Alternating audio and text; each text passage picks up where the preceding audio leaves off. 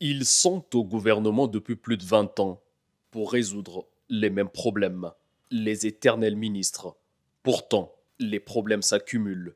Claude Alphonse Tilou, architecte, 69 ans, ministre depuis 21 ans. Émile Wosso, entrepreneur, 14 ans au gouvernement. Jean-Claude Gacosso, enseignant, chercheur, 66 ans, 21 ans au gouvernement. Bruno Jean-Richard Itoa, 67 ans, 18 ans au gouvernement. Pierre Mabiala, avocat, 61 ans, ministre depuis 14 ans. Thierry Mungala, avocat, ministre depuis 16 ans.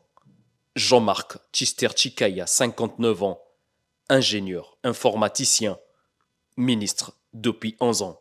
Jean-Jacques Bouya, pilote, 61 ans, près de 12 ans au gouvernement.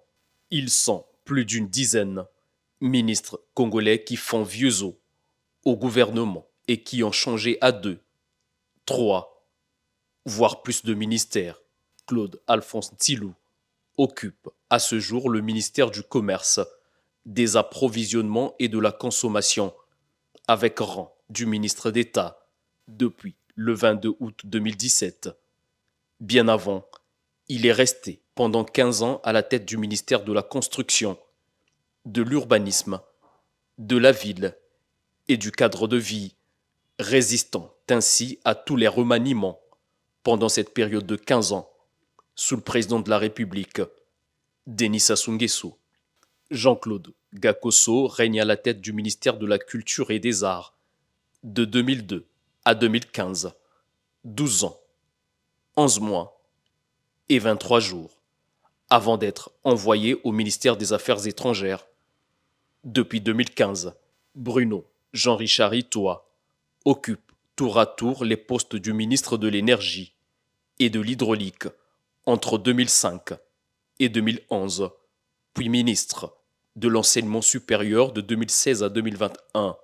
De cette année à aujourd'hui, il est ministre des Hydrocarbures. 4 ministères en 18 ans.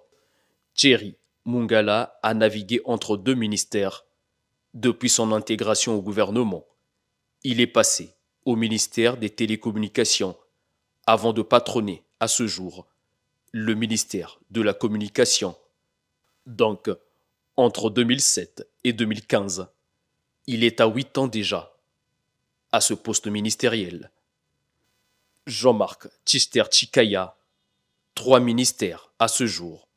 Ministre des Hydrocarbures pendant 5 ans, ministre des Transports, de l'Aviation civile et de la Marine marchande. Un an après, il occupe, depuis 2022, le poste du ministre des Zones économiques spéciales et de la diversification de l'économie. Jean-Jacques Bouya est au même poste depuis 11 ans. Ce ministère a même changé de dénomination. Émile Wosso, actuel ministre de l'Énergie et de l'Hydraulique, en fonction depuis 2022. Mais bien avant, il va surfer entre 5 ministères au total. Il est à son 6e poste ministériel. Ministre des Transports et de l'Aviation civile, ministre de l'Équipement et des Travaux publics, ministre du Travail et de la Sécurité sociale et ministre de l'Équipement et de l'Entretien routier. Tous ces ministres, vieux au gouvernement, s'échangent des postes ministériels. La politique de la chaise musicale du gouvernement, souci d'efficacité, les résultats sur le terrain ne reflètent nullement l'intérêt d'avoir fait sillonner ces ministres d'un département à un autre et pendant autant d'années. Pas besoin de passer par le catéchisme pour comprendre que la longue durée de plusieurs ministres au gouvernement n'a pas apporté les solutions attendues.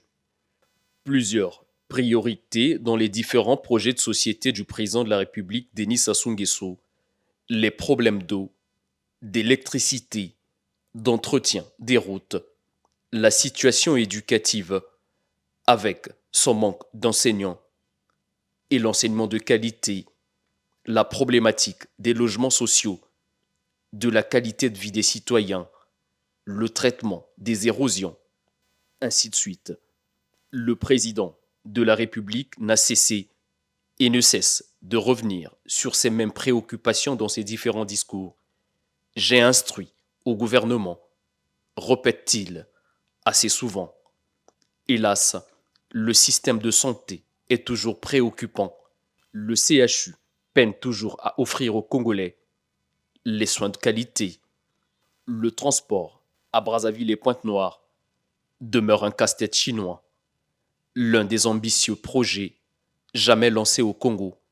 La municipalisation accélérée montre ses limites. En 20 ans de réalisation, le Congo, dans son ensemble, traîne encore les pas dans le sous-développement. Brazzaville, qui a connu 2 municipalisations accélérées, à en croire des routes dégradées, les stades construits dans des différents départements, ne répondent pas aux normes de la FIFA à ce jour et tombent tous en ruine. Les villes intérieures se vident, faute d'industrie. La Likwala demeure à ce jour enclavée, en proie à plusieurs difficultés. Les éléphants blancs, trouvés dans tous les coins et recoins de la République. À quoi aura servi ces transferts ministériels au gouvernement si, malgré qu'ils sautent d'un ministère à un autre, les mêmes problèmes demeurent sans solution? Les différents PND, Programme national de développement, ont échoué. Le Congo retombe dans une crise économique et financière après l'initiative Pays pauvres très endettés en 2010. Aujourd'hui, l'économie congolaise semble repartir à zéro pour se trouver une direction. Pourtant, les mêmes ministres qui ont fait échec à tous ces programmes sont encore en bonne partie au gouvernement. Le gouvernement ressemble aujourd'hui à un cercle d'amis qui se fréquentent et se partagent les moments festifs sans prendre conscience de leur vraie mission.